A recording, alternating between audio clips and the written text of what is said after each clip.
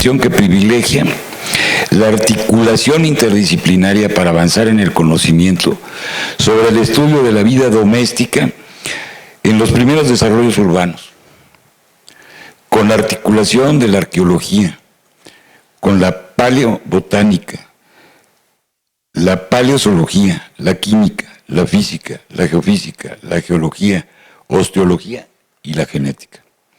Desde 1985 es parte del Sistema Nacional de Investigadores Nivel 3, es PRIDD, y ha recibido múltiples reconocimientos nacionales e internacionales.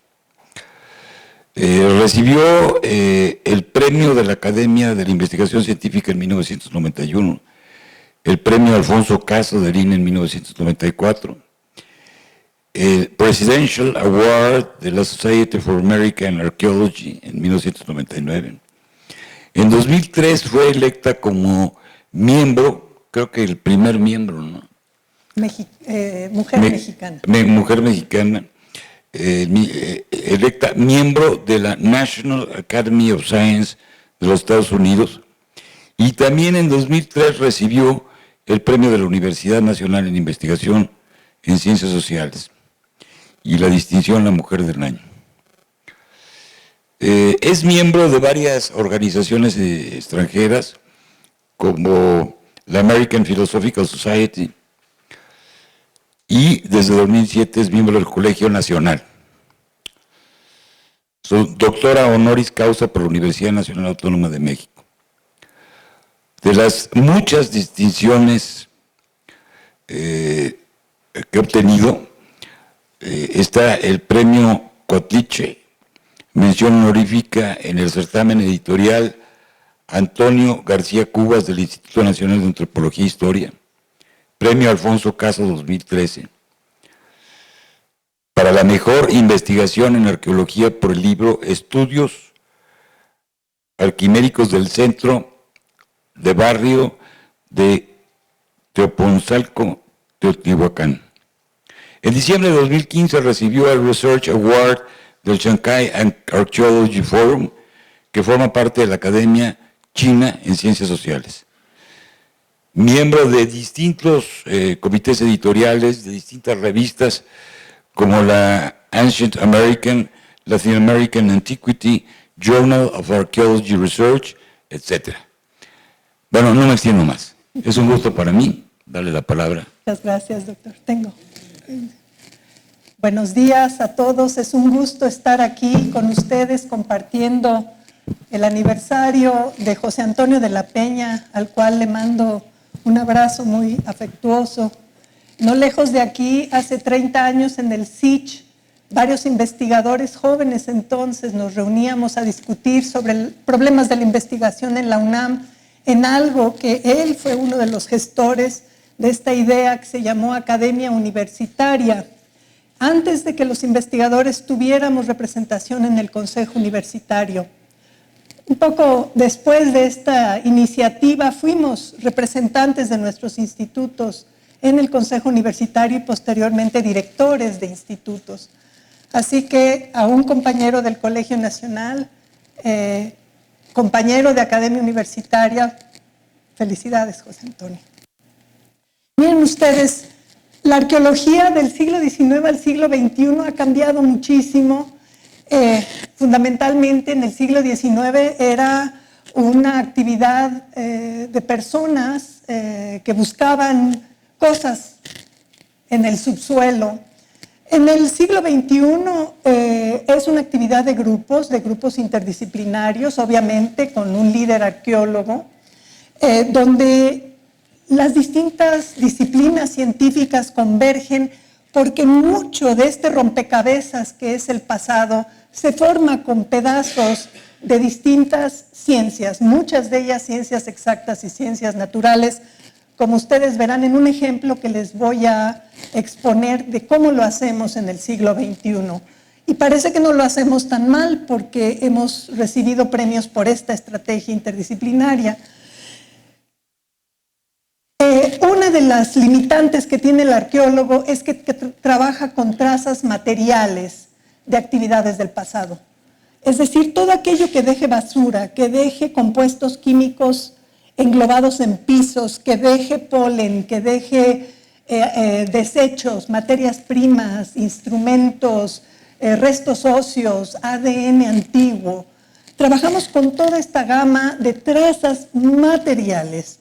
El arqueólogo generalmente no puede abordar aquellas cosas que no dejen rastros materiales. Y bueno, pues la convergencia de disciplinas de distintos tipos están relacionadas a los restos mismos que analiza el arqueólogo. Obviamente las disciplinas biológicas tienen mucho que ver con el polen, los fitolitos, los restos de semillas y de fauna que encontramos, macrofósiles faunísticos, que tienen que ver con subsistencia, aprovechamiento de recursos, clima, paleoclima, así como con restos arqueológicos propiamente dichos, instrumentos, desechos. Algunos desechos son verdaderamente microscópicos, materias primas, bienes de uso común, objetos suntuarios, entierros humanos, y ustedes verán todo lo que hacemos actualmente en el siglo XXI para averiguar quién es quién en ese pasado que es este rompecabezas de información.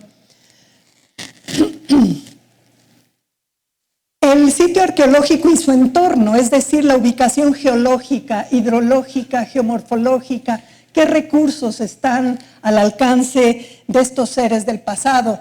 Y con los restos óseos que guardan en los osteofitos, información muy valiosa que utilizamos actualmente para averiguar si son migrantes de otras regiones gracias a los isótopos de estroncio 87-86 y a los isótopos de oxígeno, qué paleodieta tuvieron gracias a los elementos traza que hacemos aquí en el Instituto de Física, o a los isótopos de nitrógeno que hacemos en el Instituto de Geología con Pedro Morales, pero también determinación de sexo, edad, entesopatías, que son huellas de actividad en el esqueleto que nos dicen qué hicieron en vida estas personas. Actualmente, con la colaboración con el Cinvestav Irapuato, este enorme laboratorio de Langevio que tiene el Cinvestav Irapuato, hacemos el ADN antiguo. Y realmente es fascinante entender este pasado que antes realmente el arqueólogo no podía acceder a hablar de migración, de migrantes. Actualmente podemos decir quiénes de todos esos restos óseos son migrantes.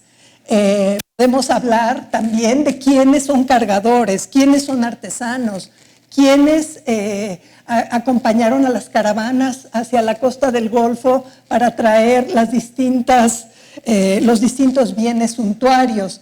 Y bueno, tenemos necesitamos fechar, y por lo tanto los geofísicos y los físicos nos ayudan en el fechamiento. El doctor Jaime Urrutia, aquí presente, lo verán en alguna diapositiva, sacando muestras para arqueomagnetismo, porque realmente el arqueólogo sin un rango de fechamiento para sus áreas de actividad podría estar diciendo misa, realmente no tiene elementos para ubicar eso en el tiempo.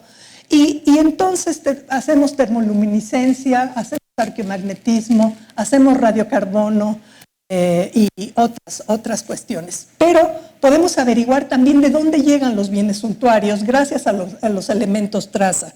Y ahí entran muchas ramas de la física. Entre ellas hemos estado colaborando con el Laboratorio de Materiales Avanzados de Raúl Herrera aquí en física para hacer microraman en varios de los elementos de lapidaria, pero hemos hecho espectrometrías, PIX y microscopía electrónica de barrido. Hicimos con Arturo Menchaca un experimento bajo la pirámide del Sol, porque en el año 1970 Luis Álvarez, que fue un premio Nobel de Física, publicó un artículo muy atractivo para nosotros sobre el monitoreo de muones de la pirámide de Kefren. Ustedes, este fue un estudio pionero de un premio Nobel de Física, Luis Álvarez, pero actualmente se volvió a hacer este experimento en la pirámide de Keops, y se encontró una gigantesca sala que los arqueólogos egipcios tendrán que averiguar qué pasó adentro. Nosotros lo hicimos bajo la pirámide del Sol de Teotihuacán, porque el doctor Leo Lederman, que visitó México en el año 2000, preguntó si habíamos hecho el experimento de Álvarez a esta pirámide. Por eso Arturo Menchaca, Matías Moreno, armaron un detector de muones de tipo modular que pudiéramos meter en este túnel tan estrecho que pasa abajo de la pirámide del Sol. En una estructura de tierra, pues generalmente no tenemos cámaras, a menos que fuera una caja de basalto, cosa que no encontramos. De tal manera que lo que se averiguó es una conservación diferencial de la pirámide en cada lado, pero no hay hasta ahorita cámaras que se pudieron haber detectado con estos métodos.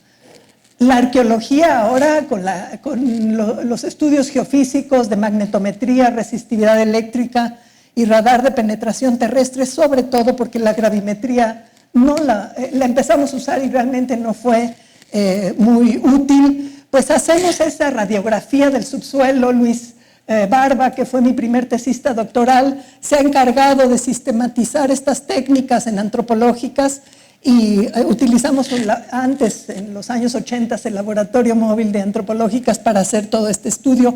Incluso en Cobá, Quintana Roo, estamos en la gran ciudad maya de Cobá haciendo este tipo de estudios, pero en Teotihuacán también. Esta es la radiografía previa a la excavación, pero la cirugía precisa es la excavación arqueológica, y ahí sí realmente hemos creado una escuela muy sistemática en la excavación, sobre todo la excavación extensiva, la que se hace con una retícula de hilos para ubicar los hallazgos, ubicar los instrumentos, los desechos, y de montículos que se ven planos, pues surgen conjuntos habitacionales teotihuacanos con una gama de información química, paleobotánica, como dijimos, todos estos restos materiales de las actividades del pasado. Pero claro, los arqueólogos y jóvenes tesistas míos han tenido que pasar por horas enteras de clasificación de los materiales arqueológicos en mi laboratorio. Hemos estudiado también la parte arquitectónica, comparando con grupos que construyen a la usanza antigua en ciertas regiones de México, o con maquetas que a veces encontramos en el registro arqueológico. Pero la clave, digamos, de todo este gran consorcio interdisciplinario es dirigirlo a entender ciudades excepcionales. Hay muchos tipos de ciudades en el mundo antiguo. Mi tema es averiguar cómo surgen las primeras ciudades, los primeros estados. Hay ciudades ubicadas en la cima de cerros y se van construyendo terrazas habitacionales. Monte Albán o Xochicalco son ejemplos. Hay otras ciudades que son a lo largo de ríos, son fluviales, alargadas, lineales. Hay otras que crecen de manera orgánica, las ciudades mesopotamias, por ejemplo, pero hay ciudades ortogonales, con una traza urbana muy rígida, y esas son las excepciones. Teotihuacán es una, en Mesoamérica, es la primera gran ciudad. Ustedes pueden ver la mancha urbana de Teotihuacán con la pirámide de la luna aquí, la pirámide del sol y la ciudadela, y esta es la mancha urbana de la ciudad. Ortogonal porque se decidió dar orden a la diversidad étnica que pobló esta ciudad con base en unidades multifamiliares, que son estos cuadritos, muchos de esos cuadritos que ustedes ven. Incluso el río San Juan fue canalizado para seguir esa traza urbana. Y es una ciudad multiétnica. Imaginen ustedes 5 o 6 lenguas que se están hablando en Teotihuacán. ¿Y cómo diferenciar quién es quién sin mediar la lengua? Porque tampoco puede uno en cualquier esquina encontrar un traductor. La parte visual es muy importante. Llamamos los antropólogos la parte indéxica, es decir, el atavío, el tocado, la pintura facial. Tiene que ser una manera de entender quién es quién sin mediar la palabra. Pero están las prácticas funerarias. Es decir, Teotihuacán empezó a ser concebida como una ciudad multiétnica cuando se encontraron entierros con prácticas de otros lados de Mesoamérica, y las prácticas funerarias son parte del aspecto canónico de cada cultura, del aspecto más profundo de cada cultura. Y lo que vemos es la gran ciudad con los llamados barrios étnicos, es decir, los oaxaqueños, los michoacanos y los veracruzanos, Pero en el núcleo de la ciudad hay 22 barrios multiétnicos, 22 barrios que tienen sus centros en las plazas de 3 templos, uno de los cuales va a ser el ejemplo con el cual voy a abordar la estrategia interdisciplinaria. Uno de los aspectos que hacen a Teotihuacán excepcional es la vivienda multifamiliar. Háganse de cuenta que son vecindades, así como las hay en la Ciudad de México, es decir, varias familias conviven en un espacio rodeado de muros perimetrales, como ustedes pueden ver aquí en Tetitla, el muro perimetral. Pero hay conjuntos habitacionales más señoriales y conjuntos habitacionales que parecen barracas de trabajadores. O sea, hay una gradación. Durante los años 80 excavé una de esos conjuntos pequeños, donde 3 familias vivían con 3 apartamentos. Cada familia tenía su propia cocina, su almacén, sus áreas de trabajo, sus dormitorios, pero cada familia tenía su patio ritual. Aquí los vemos los 3. A diferencia de cómo están conformadas las viviendas teotihuacanas, las viviendas mayas de las grandes ciudades mayas, Escobá, que excavé yo en los 83 y 84, los territorios de cada familia están rodeados por una albarrada, que es un muro bajo, y había 2 familias con sus cocinas, pero un solo santuario a los ancestros. Las familias mayas son familias extensas, es decir, abuelos y una familia de hijos casados, por ejemplo. Las familias teotihuacanas no están emparentadas entre sí, conviven en un espacio doméstico particular porque tienen una actividad en común, son grupos corporativos. Entonces hay una diferencia de sociedades ya en el aspecto, digamos, habitacional. Teopancasco es un centro de barrio multiétnico ubicado al sur de la Ciudadela. Y les voy a exponer lo que hicimos y la riqueza de la información que sacamos de este caso. Para empezar, instalé un seminario de interpretación conjunta, es decir, yo soy la directora del proyecto, yo soy arqueóloga, pero en el seminario de interpretación están biólogos, están genetistas, incluso por videoconferencia, estaban osteólogos, estaban químicos, estaban físicos, gente que hace fechamientos. Y lo que hicimos es ir interpretando espacio por espacio, cuarto, pórtico, patio, con sus áreas de actividad juntos. Y esta fue la clave de la estrategia interdisciplinaria. Teopancasco, como centro de barrio, no se comporta como un conjunto habitacional, tiene una enorme plaza con su templo, cocinas alineadas para dar de comer a los trabajadores, cocina, almacén, cocina, almacén, cocina, almacén, un espacio administrativo, la guardia del barrio, un espacio artesanal y una posible clínica del barrio, donde las mujeres del barrio venían a tener a sus hijos y porque las mujeres tenían una desnutrición, la falta de higiene en el parto, muchos bebés recién nacidos murieron en el parto y fueron enterrados en esa parte clínica del barrio. Si ustedes han ido al centro de Tlalpan, aquí en la Ciudad de México, ustedes pueden reconocer algo que les da la idea de cómo es un centro de barrio teotihuacano. Es decir, perdón por el símil, pero como yo soy de Tlalpan, entonces les voy a usar ese ejemplo. Aquí están los restaurantes en la parte norte. Aquí está la iglesia de Tlalpan, digamos el kiosco, la gran plaza, la delegación Tlalpan. Ustedes verían la policía y la parte artesanal también. Háganse de cuenta que así es un centro de barrio teotihuacano, como si fuéramos al centro de Tlalpan. Es un centro de coordinación de un barrio. Hay 22 de estos centros en Teotihuacán. Hablamos de la parte geofísica normal. Ustedes con los radargramas que hizo Luis Barba pueden ver pisos sepultos, pueden ver muros a veces, en fin, formas que no ve uno, digamos, a primera vista cuando uno camina por el sitio. La excavación es la cirugía y ahí sí hice 13 temporadas de campo, nada más para que ustedes imaginen un conjunto multiétnico, cuánto tiempo tarda el arqueólogo en entender este tipo de conjuntos. En el Instituto de Investigaciones Antropológicas tenemos algunos de los laboratorios donde se hace la identificación del polen, de las semillas, de los fitolitos. Se ubicaron las distintas familias, algunas que vienen desgraciadamente como ruido moderno en las botas de los trabajadores, pero la mayor parte de estas estaban en el México, y un aspecto importante era la ubicación de semillas de chía, que para este conjunto fueron muy importantes, porque en el siglo XVI, en el Códice Florentino, ustedes pueden ver que el aceite de chía se usaba para laquear cerámica, para hacer lacas, y las lacas las tenemos en el conjunto. Obviamente la identificación de todas las maderas, que son muchas de las usadas en tiempos prehispánicos, fibras que vienen de otros lados, como el algodón, que vienen de Veracruz, ¿verdad? Igual que mantas de algodón. La variedad de fauna, arqueofauna, hallada en el conjunto de Teopanzalco es enorme, sobre todo la fauna marina. Hay 14 variedades de peces provenientes de las lagunas costeras de Veracruz.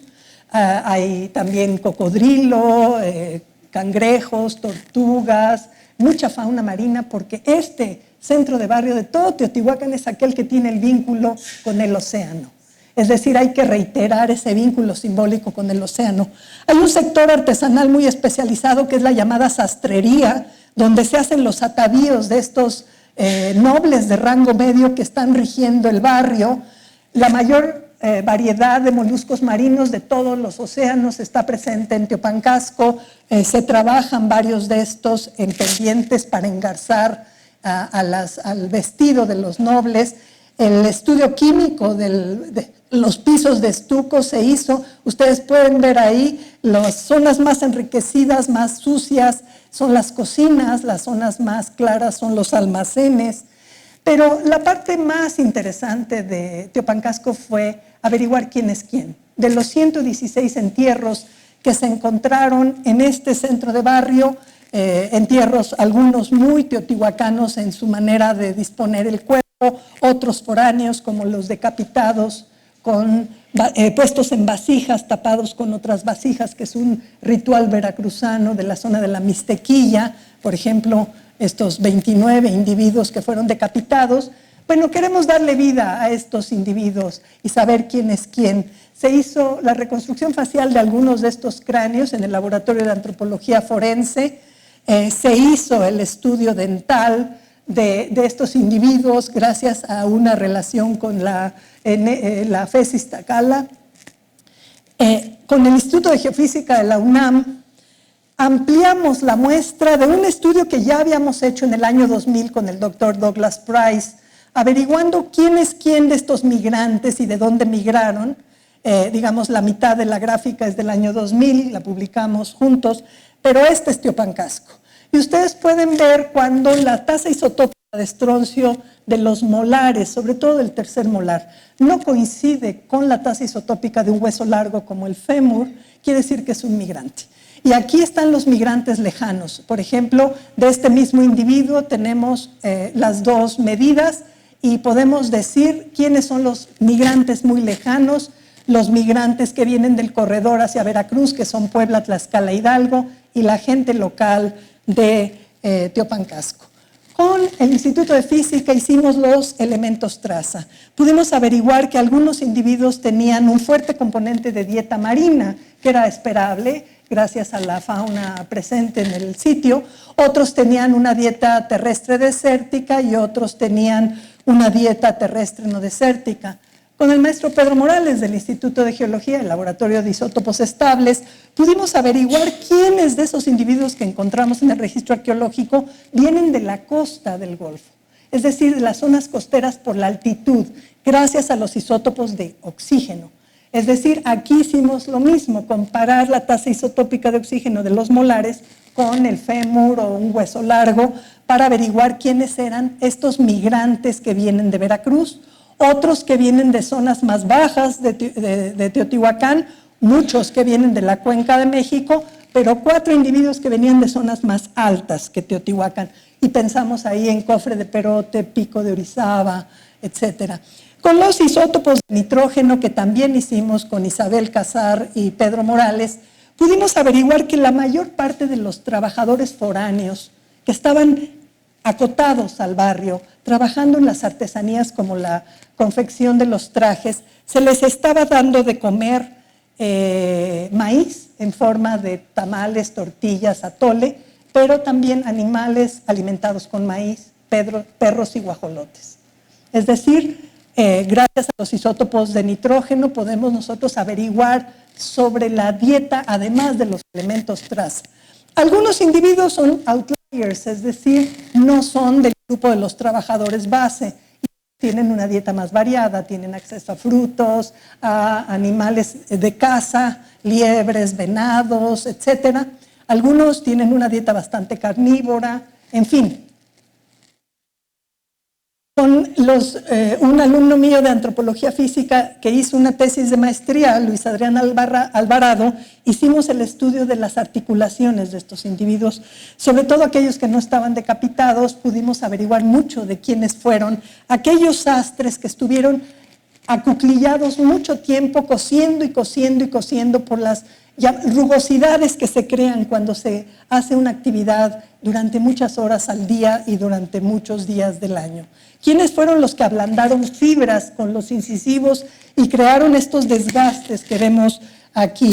¿Quiénes acompañaron a las caravanas para traer los peces, el cocodrilo, las mantas de algodón y que con mecapal cargaron esos bienes de regreso y sufrieron una compresión en las vértebras cervicales, un abultamiento del occipital, y en los pies de esos individuos se ve las marcas, las rugosidades de las caminatas por muchos kilómetros. Y 3 individuos que fueron buzos, que trajeron esa variedad de conchas marinas, sufrieron una alteración que se llama exostosis auditiva por el buceo en aguas frías. Estos individuos son aquellos que trajeron los moluscos marinos. Con el Sinvestá Irapuato hicimos el ADN antiguo y los 4 grupos genéticos de toda Mesoamérica, haplogrupo A, B, C y D, están presentes en un barrio de Teotihuacán, para que ustedes imaginen la diversidad biológica de un solo centro de barrio, imaginen de todo Teotihuacán. Se ha comparado la diversidad genética con otros sitios, pero Teopancasco tiene uno de los índices más altos. Y obviamente el estudio de toda la gama de materiales arqueológicos muy vistosos, algunos ya están en el Museo de Antropología, que hemos hallado, el dios del fuego, el dios de las tormentas, pues ha sido la labor de muchos de los tesistas que van a mi laboratorio. Las figurillas son importantes porque son elementos de culto de estos grupos que estaban acotados ahí, pero también de oficio. Por ejemplo, aquellos que usan los tocados de mariposa generalmente son militares y la mayor parte de estos tocados estuvieron en el sector militar donde estaba la guardia del barrio. Con la Universidad de Valencia, nosotros en los entierros más importantes de Teopancasco encontramos muchas vasijas miniatura. Y lo que se hizo es una serie de técnicas arqueométricas para averiguar qué cosas estaban siendo encapsuladas en ollas miniatura, platos miniatura. Y pues la gran sorpresa fue que una variedad de cosméticos, de pintura facial a base de elementos bastante tóxicos como la galena y el cinabrio fueron encontrados en estas vasijas, pero mezclados con otros elementos para reducir toxicidad. Aquí vemos, por ejemplo, los picos del sulfuro de plomo, la galena o el cinabrio que era mezclado con hematita, la jarosita. Y aquí vemos al doctor Urrutia sacando muestras en Teopancasco para arqueomagnetismo muy temprano cuando empezamos el proyecto, o Guillermo Espinosa también metiendo dosímetros para termoluminiscencia. Pues el fechamiento fue muy importante. El Laboratorio Universitario de Radiocarbono está en nuestro instituto y gracias a esta colaboración de varias técnicas de fechamiento hemos podido dar orden cronológico, además de la estratigrafía propiamente dicha, a este desarrollo de Teopancasco con 4 niveles constructivos. Ha sido muy atractivo este estudio, sobre todo con la estadística bayesiana, porque se ha visto los momentos claves de la historia teotihuacana en un barrio. Y bueno, ustedes dirán, hemos visto aquí el trombón, el violín, la viola, etcétera. ¿Qué hace quien integra, quien dirige el proyecto? Pues claro, no solo dirijo un grupo interdisciplinario, sino que tengo que contar la historia de qué cosa es un barrio teotihuacano. El centro de barrio de Teopancasco tiene varios espacios funcionales diferenciados que nosotros pudimos averiguar gracias a todas estas disciplinas y a una estrategia integral interdisciplinaria. Obviamente la parte ritual es muy importante, dada la procedencia diversa de estos individuos que están trabajando en el barrio. La parte química nos ayudó a seguir los pasos de estos sacerdotes del mural principal de Teopancasco, con todos los elementos marinos engarzados al traje, que es el traje que se estaba haciendo en el barrio, ¿verdad? Seguirlos por la parte química. Es decir, los fosfatos nos hablan de estos líquidos orgánicos que se van tirando con semillas de chía que encontramos en el registro arqueológico.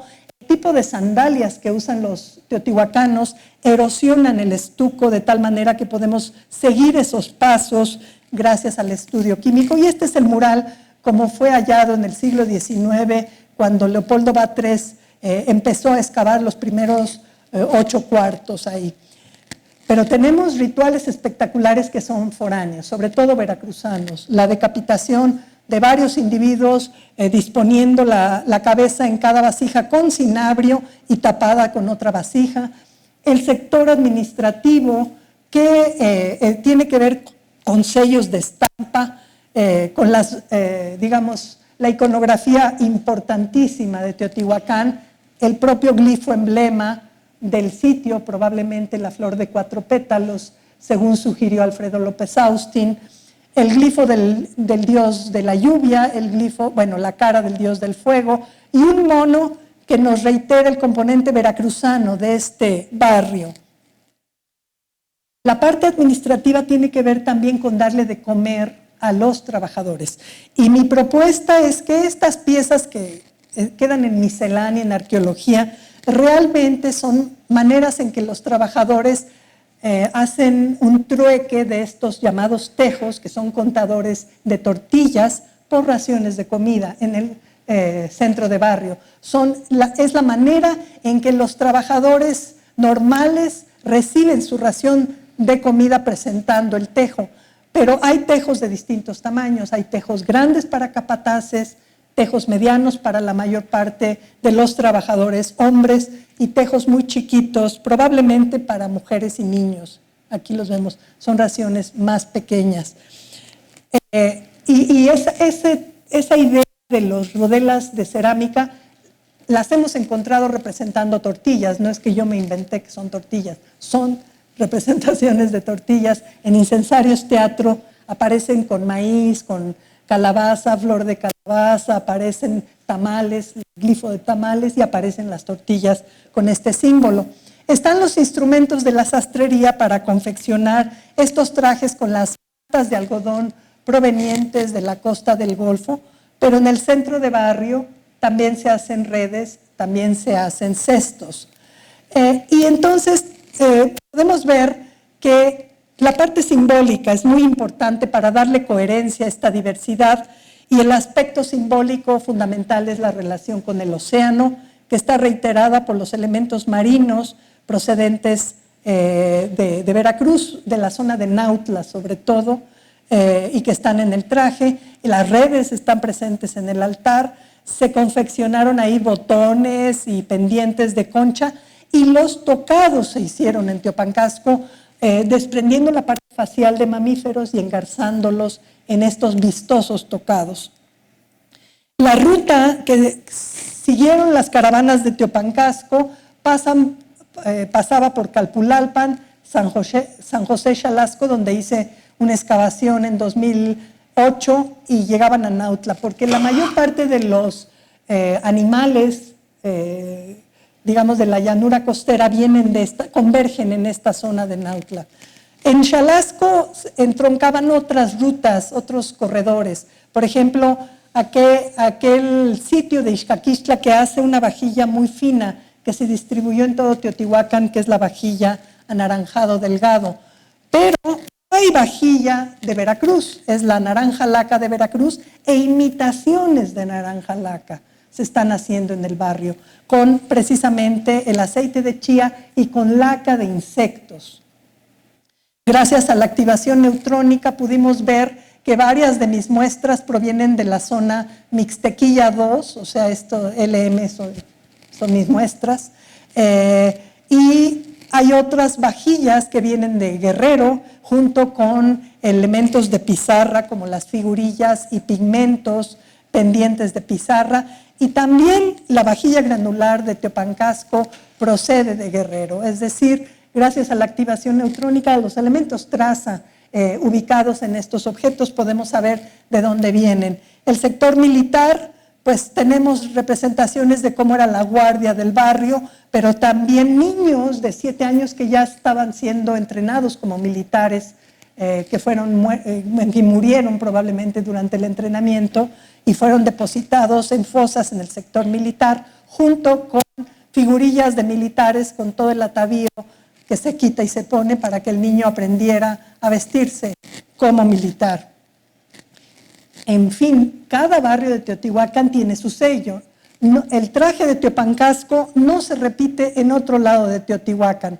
Es la manera en que los nobles del barrio representan al barrio. Es decir, si este noble camina por Teotihuacán, va a la Ciudadela o a la Plaza de la Luna, todo el mundo reconoce que proviene del barrio de Teopancasco. Y así estos elementos indéxicos en los atavíos son muy importantes para reconocer quién es quién. Probablemente este barrio, siendo el único que tiene tal variedad de peces de las lagunas costeras, tuvo como emblema el pez. Y la riqueza del barrio lo constituyó el traer a Teotihuacán mantas de algodón de Veracruz. Es decir, el barrio se enriqueció socializando las mantas de algodón con todo Veracruz. Viniendo de Veracruz a toda la élite teotihuacana, porque la gente del común usaba vestimentas de agave, de fibras, de ixtle. A mitad camino de la época teotihuacana hay una serie de rituales de terminación como que finiquitan una época. En 350 se rompen una serie de vasijas, como diciendo, aquí termina la época Tlamimilolpa, se decapitan a 29 individuos en este ritual veracruzano, se depositan en el centro de barrio.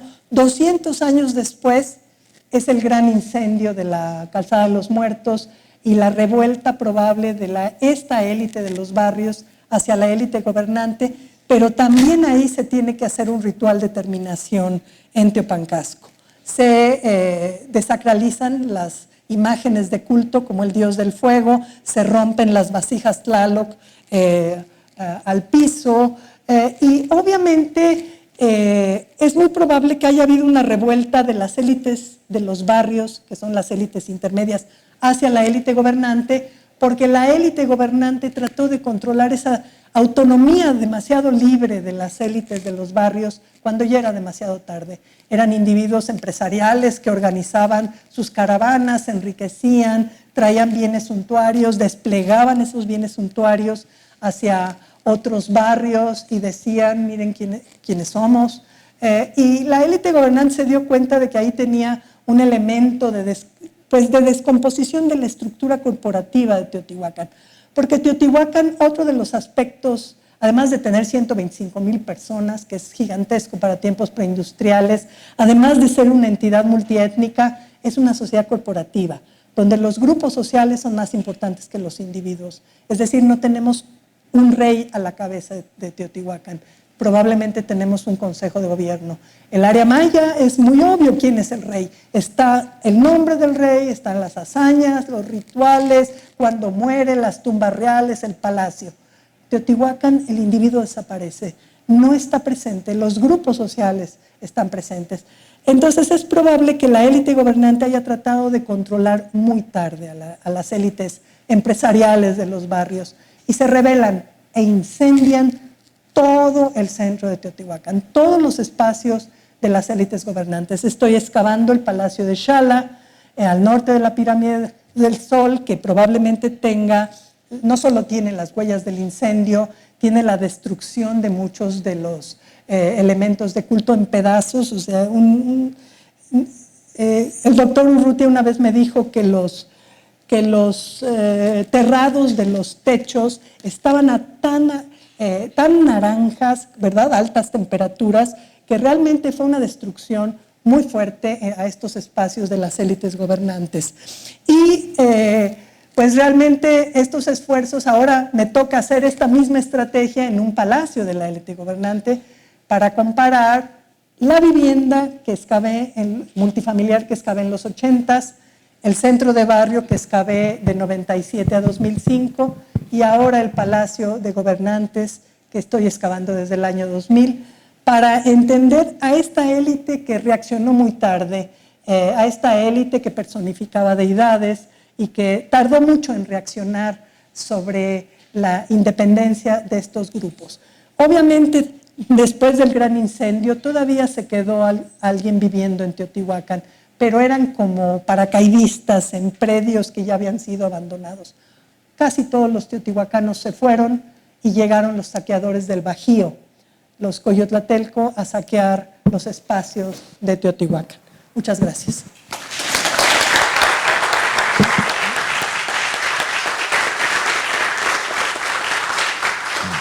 ¿Preguntas?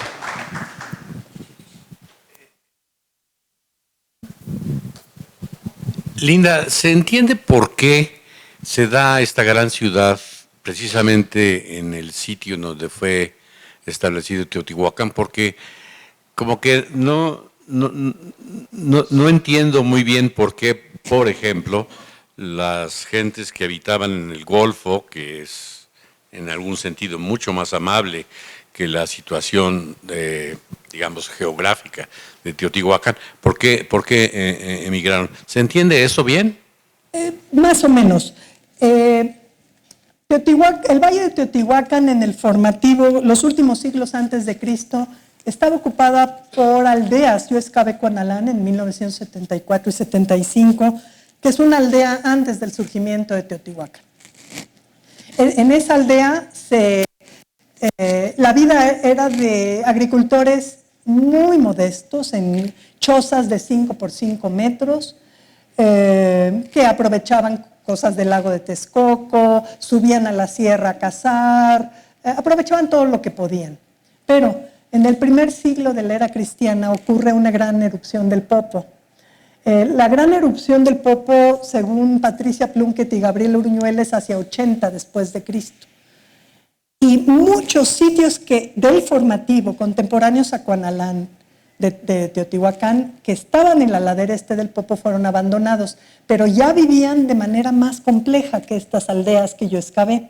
Ellos ya disponían 3 estructuras alrededor de patios con altar, construían con tablero y talud, como después vamos a ver en Teotihuacán, y mucha de esa gente que abandonó la zona de Puebla-Tlaxcala por la erupción del Popo migró hacia el Valle de Teotihuacán. ¿Qué tenía de ventajas? Muchos manantiales de agua dulce, obsidiana en Otumba, cercanía a la obsidiana de la Sierra de las Navajas, una zona plana con muchos materiales volcánicos para construir lo que iba a ser esta gran ciudad. Entonces, llega la gente de Puebla-Tlaxcala muy asustados de lo que pasó con el Popo y empiezan a construir estructuras como la Pirámide del Sol, las primeras etapas de la estructura de la Luna, las primeras de la Ciudadela. Realmente era gente que estaba muy asustada de lo que había sucedido ahí, como un gran cataclismo, digamos. Entonces, conforme ellos hacen los 3 templos mayores, estos grupos que con los locales empiezan a llegar oaxaqueños y veracruzanos, como que Teotihuacán empieza a tener un cierto atractor de mano de obra para la construcción y para las artesanías, y llega gente que quiere estar en esta ciudad que ya empezó a ser multiétnica desde muy temprano, digamos, tempranas del barrio de los comerciantes y del barrio oaxaqueño, y posteriormente llegan michoacanos y gente de Guerrero. Entonces, hay un pequeño componente maya, pero parecen más bien embajadores que otra cosa. No hay un barrio maya en Teotihuacán. Una vez que empieza a llegar grupos de distintos orígenes, hacia 200 después de Cristo, como que un grupo de nobles establece que hay que darle orden a esta diversidad. Y es cuando se empieza a trazar la ciudad ortogonal y acotar a esta mano de obra extranjera en conjuntos multifamiliares, en conjuntos que están rodeados de muros alrededor de centros de barrio. Se les da orden, así. Por eso la ciudad se ve muy ordenada, porque yo creo que el atractor era la mano de obra que se requería para construir y para hacer artesanías, pero también para traer bienes foráneos. Entonces, eso fue más o menos lo que pudo haber pasado. La erupción del Popo fue el catalizador. Jaime. Doctora Lizán. Jaime Pino. No, está estupenda esta plática. Yo quería preguntar, ¿había una religión común o estos barrios, como están hechos de otras etnias, tenían sus propios rituales y eso lo pueden verificar químicamente? Las deidades están representadas físicamente en objetos de culto, pero yo te puedo decir que yo excavé, esta vivienda multifamiliar muy periférica, un centro de barrio y un palacio de gobierno, y en los 3 lados de Teotihuacán están 2 deidades siempre: el dios del fuego y el dios de la lluvia. Siempre, siempre, no importa la jerarquía social, no importa el lugar de la ciudad, pero en cada barrio le agrega alguna otra deidad importante, el dios mariposa, etcétera. Y cada familia tiene una deidad patrona. Entonces hay familias muy modestas que tienen un conejo como deidad patrona. Por ejemplo, en Ostoyahualco, las 3 familias que convivían en el espacio tenían al dios de la lluvia, al dios mariposa y al dios conejo como deidad de cada una de las familias. Y el dios conejo pues era la familia más pobre de las 3. Había una familia rica, una intermedia y una pobre. Entonces, los barrios foráneos, por ejemplo, los oaxaqueños tienen urnas como si estuvieras en Oaxaca.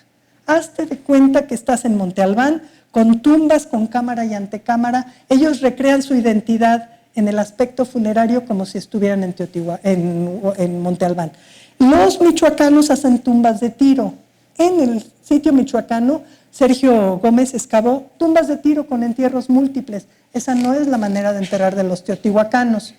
En el barrio de los comerciantes de Veracruz, entierros parciales, los secundarios, y los teotihuacanos generalmente son entierros sedentes o flexionados en fosas bajo los pisos de las casas, de tal manera que el aspecto funerario es de lo más profundo en la identidad de estos grupos. También el atavío es de lo más profundo.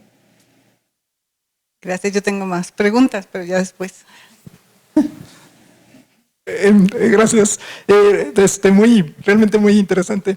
Y una de las partes que yo creo que hace pues, más amplia y más atractiva los estudios es esta conjunción de diferentes métodos, diferentes disciplinas, áreas muy separadas.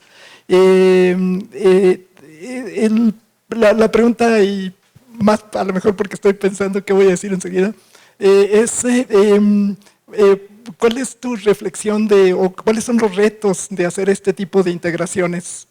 Yo creo que este es un ejemplo clarísimo de lo que aquí en la UNAM tenemos que hacer, uniendo las coordinaciones de investigación científica y de humanidades, pero en términos generales yo creo que nos falta muchísimo de avanzar en esto. Entonces, más como reflexión de qué problemas o qué retos has visto en lograrlo. Pues mira, quizá yo empecé trabajando con especialistas de otras disciplinas en los años 70, cuando yo era parte del departamento de prehistoria con José Luis Lorenzo en el INA.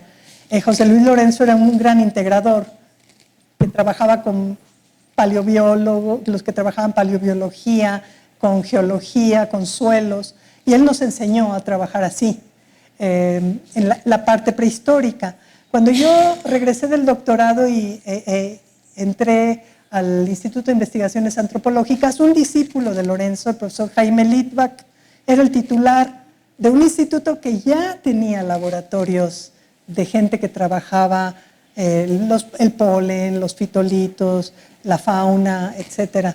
A eso se agregó la geofísica, tuviste el surgimiento de Luis Barba, lo hemos visto juntos, y la parte química también de los pisos.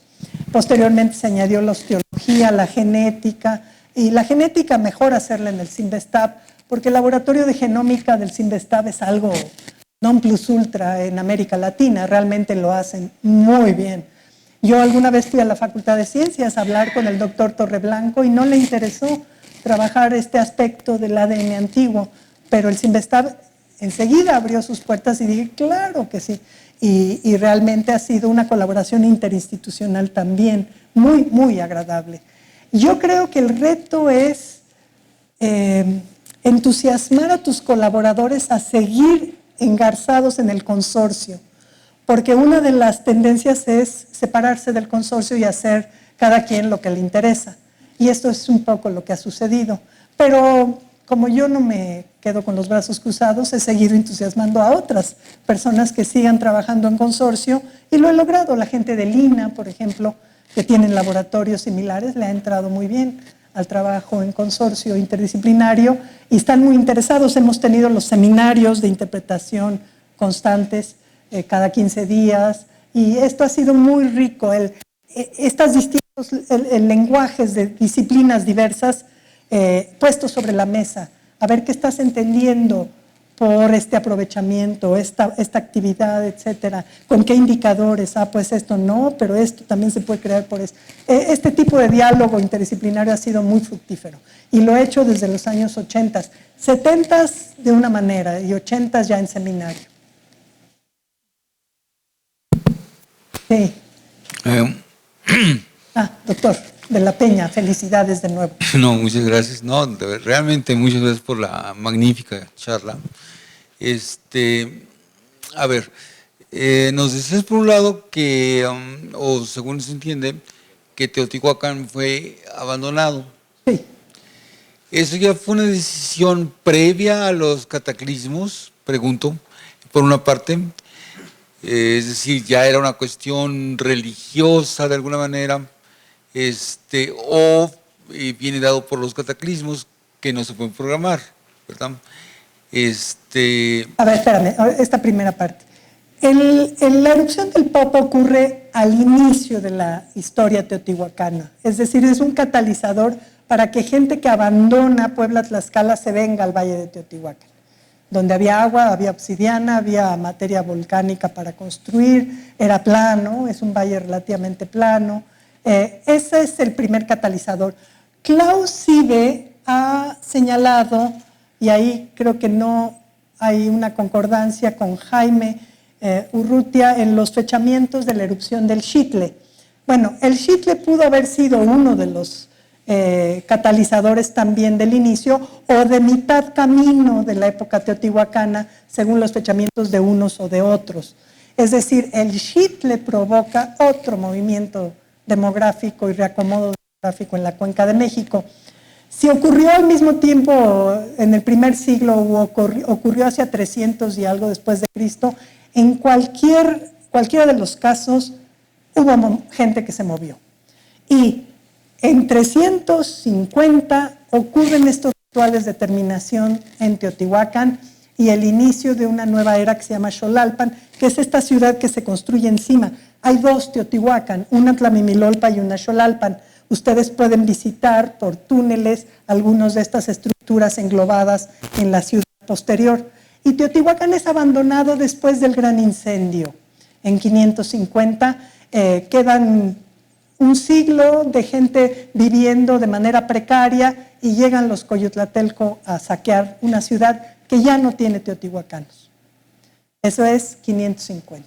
Entonces, ahí lo que ocurre es más bien una revuelta hacia la élite gobernante que coincide con una merma en los recursos de la ciudad, un colapso del sistema de abasto, una sequía probable, y una serie de eventos todos concatenados. Sí, hay, no sé si... Déjenlo porque es el festejado. Bueno. Bueno, gracias. No. Da mucho de sí, ¿verdad? La charla. Una vez me decías que nunca se había encontrado escritura. Hay glifos. Hay porque lo glifos. platicamos hace 30 años. Hay glifos. En Teotihuacán hay glifos, pero son emblemas de grupos. Sí, es una escritura muy sencilla. Hay escritura maya en 2 puntos de la ciudad de Teotihuacán, sobre todo en Tetitla. Hubo un mural roto en pedazos y hay textos, pequeños textos mayas y dibujos, pintura mural al estilo maya. Ahora en la Plaza de las Columnas, enfrente de la Pirámide del Sol, se ha encontrado algo de pintura mural maya, pero es muy acotado a 2 conjuntos, pequeños textos mayas. A lo más, estos glifos tan sencillos es la clave de entender una sociedad multiétnica, pueden ser leídos desde distintas bases lingüísticas. Son tan simples, voy a poner el mismo ejemplo muy malo que pongo, pero no importa. Si ustedes ven el glifo en la estación Chapultepec del metro, es un cerro con un chapulín. Y ustedes le pueden decir es Grasshopper Hill, o Chapultepec, o el Cerro del Chapulín. No importa la lengua, es tan sencillo ese glifo topónimo que se puede leer desde distintas lenguas. Yo creo que es lo que estaba pasando en esta base multilingüística que había ahí, de 5 o 6 lenguas, que tenía que ser una manera muy simple de hacer la escritura, que además o son topónimos o son grupos sociales, lo que representa. Muchas gracias. Tenemos tiempo para una pregunta más. Yo tengo el micrófono. ¿Quién tiene? Oye, yo una pregunta, ya contestaste una, por cierto, y la otra es... No te oí. De la migración de la zona de Cuicuilco hacia Teotihuacán, ¿ahí se reflejó en alguna forma en su arquitectura o en su artesanía o algo?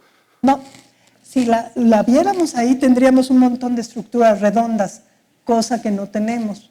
Entonces, de la gente de Cuicuilco lo que pudo haber hecho es moverse a áreas relativamente cercanas y empujar a otros a que se vinieran para acá. Pero no creo que eso haya sido un factor importante para la ciudad. La del Popo sí. La del Popo sí, porque muchos elementos de esos sitios los vemos de manera monumental en Teotihuacán. No vemos estructuras redondas en Teotihuacán, excepto las de adobe redondas del barrio de los comerciantes, porque están recreando las chozas del área veracruzana. O sea, a los veracruzanos muy tempranos se les permitió construir chozas redondas. Y eran, yo creo, gente que los teotihuacanos en las primeras épocas consideraban pues, muy importantes, porque aquí después de hacer una ciudad toda ortogonal le permiten hacer sus mugres redondas. Y están en la periferia este, entonces tampoco estorban en la traza muy rígida de los teotihuacanos. Pues muchísimas gracias, doctor. Muchas gracias. Gracias. Felicidades.